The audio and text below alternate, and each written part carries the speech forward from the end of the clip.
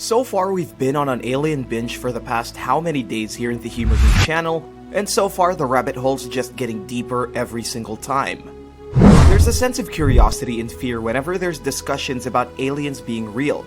We've been obsessed with it even in the earliest days of pop culture. We've panicked over alien invasions that turned out to be radio shows. We've had a lot of movies involving them coming over to our place to mess things up. We even hide behind Will Smith if ever they come to threaten our planet. If ever we had visitors from outer space, most likely they'd want to survey the planet. Considering how this is the only place in our solar system teeming with life, they probably want to assess the threat before jumping straight in. When finding out there's intelligent life, more observation would probably be done, checking our society, government, military, and more. It's scary to think about the fact that these guys are out there, waiting for us to mess up so they can capitalize on our buttholes to probe into. It's crazy enough there's always a possibility they're real.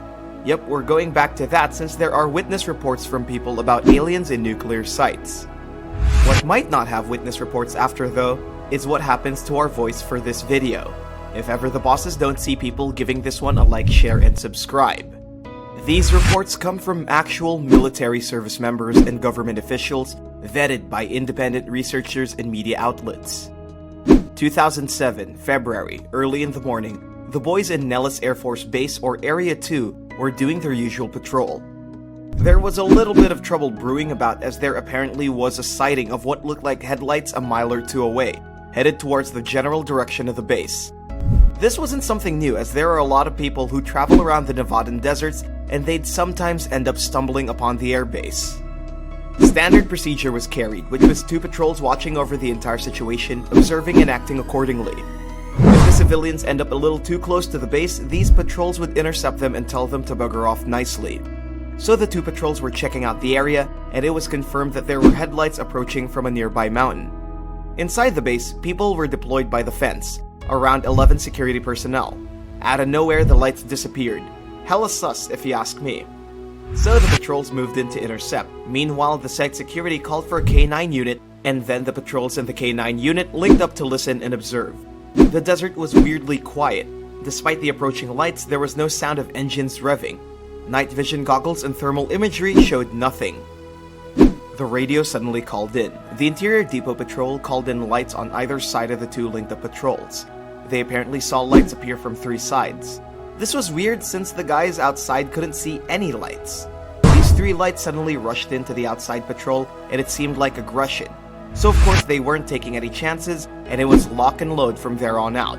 For the patrolmen outside, nothing happened and spotted nothing. The dogs were unaffected too. They tried to contact the guys inside, and the radio was all static. The people inside saw the lights move towards the patrol outside, and then those same lights disappeared. The moment they came back into contact with them, 20 minutes passed, and it seemed like pure silence. The thing was though that the patrolmen outside swore only 3 or 4 minutes had passed when they were out of contact. What the hell was that? Worst part, that wasn't the only time this has happened.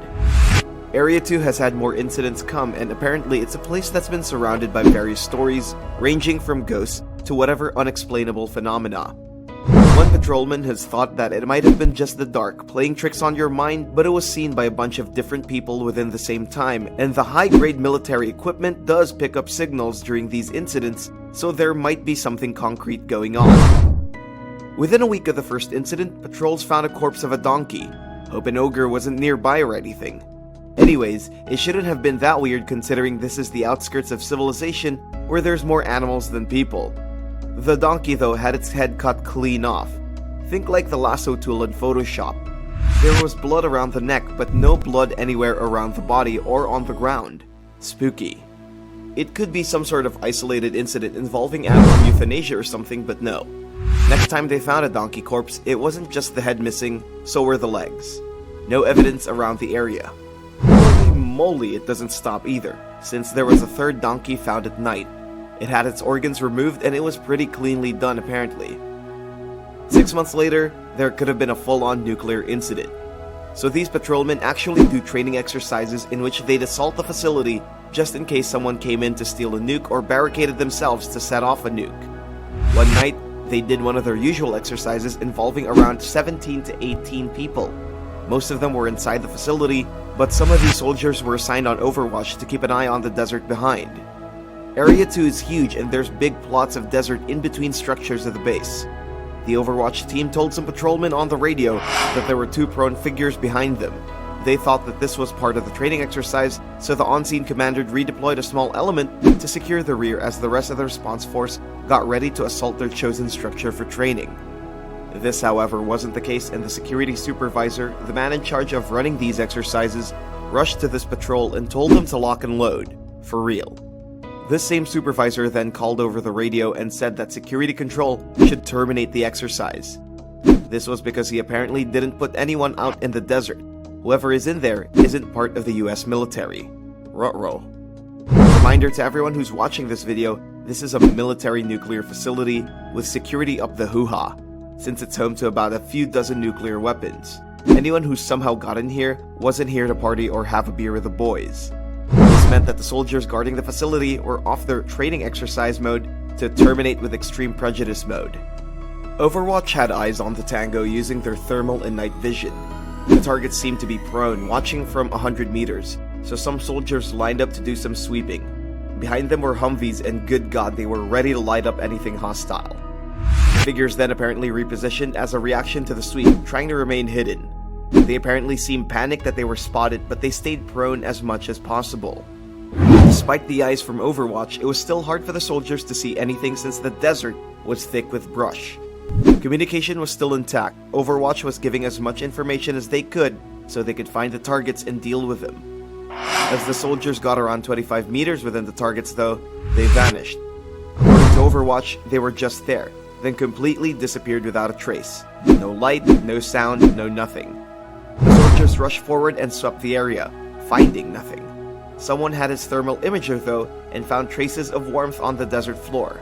Someone or something was lying down on the floor long enough to heat it up, seemingly watching the people in the facility practice their assault techniques. The worst part was, this wasn't the only time that this has happened apparently. Throughout history, the US of A and the Soviet Union had close encounters involving nukes and UFOs, and they've been reported by people of ridiculously high levels of credibility. In 1977, UFOs proved that they could come to US airspace without any problem and even possibly control whatever nuclear weapons the Yanks have.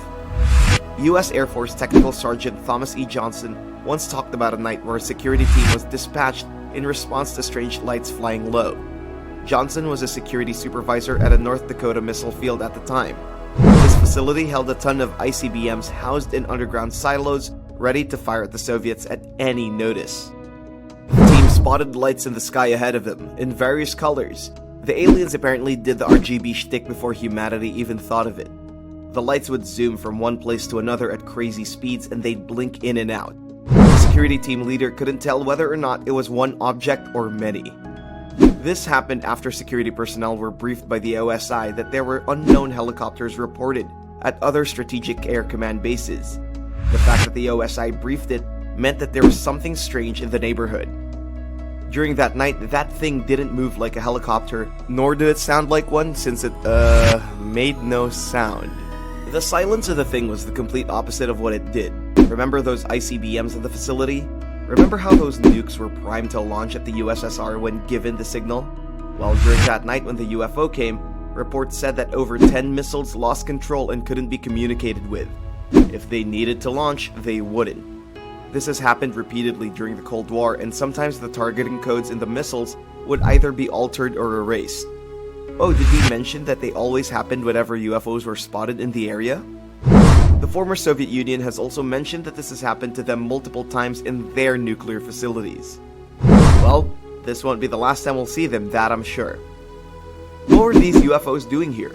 Do you guys think it was just a coincidence that these UFOs love to hover around nuclear facilities? Put on the tinfoil hats and talk about it in the comments section. If you want to get more of us, humor us, and check out the channel. Go give us a like, share, and subscribe, and click the bell icon to stay notified. As always, stay safe, don't infiltrate nuclear sites, and see you in the next video.